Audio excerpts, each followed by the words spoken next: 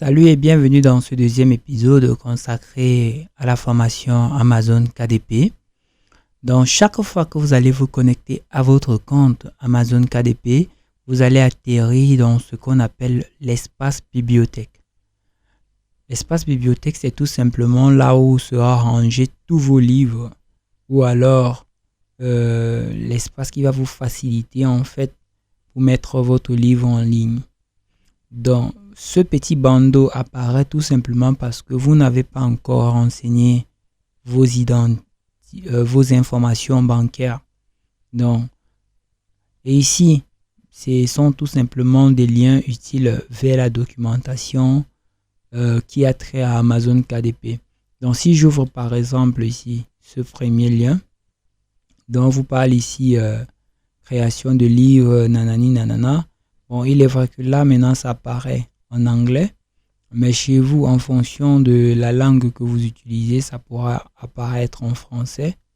Donc, si j'ouvre également ceci, donc je vais directement cliquer. Ça apparaît également en anglais, mais ça peut apparaître en français. Dans la prochaine vidéo, si vous voulez, je pourrais vous montrer comment faire pour faire apparaître ceci en français. Donc ça, ce sont des liens ressources dont vous auriez besoin de consulter de temps en temps si vous travaillez avec Amazon KDP. Ici, ce sont les tools et ressources. Manuscrit formatting, comment formater le manuscrit. Donc, c'est en quelque sorte une documentation en fait.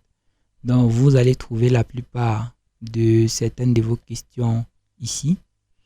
Ensuite, ce bouton créer, c'est un bouton qui permet en fait c'est un bouton qui vous ouvre un espace pour mettre en ligne vos différents livres. Mais avant de venir là, il faut savoir que vous avez ici un système de filtre. Vu que nous n'avons encore aucun livre au niveau de la bibliothèque, c'est pour ça que les filtres sont désactivés. Donc, voici, donc on va donc cliquer sur le bouton créer. Une fois que nous sommes sur le bouton créer, nous avons ici 4 catégories.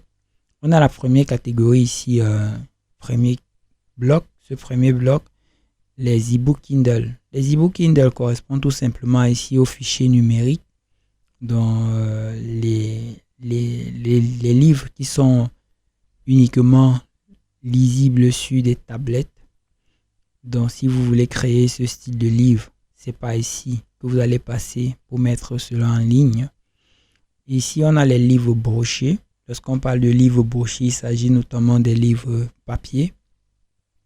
C'est ce style de livre qui fera l'objet ici de notre formation. Tout au long de notre formation, nous verrons comment créer des livres brochés et nous verrons les différents styles de livres brochés en fait, parce qu'il en existe 4. Ceci fera l'objet de notre prochaine vidéo. Ici, nous avons les livres reliés.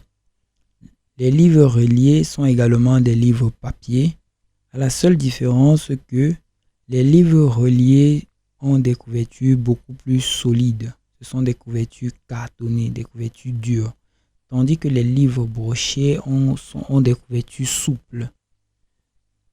Donc, si vous connaissez déjà créer des livres brochés, vous pourrez également créer des livres reliés, bien qu'il y a quelques différences. Ici, il s'agit notamment ici des séries.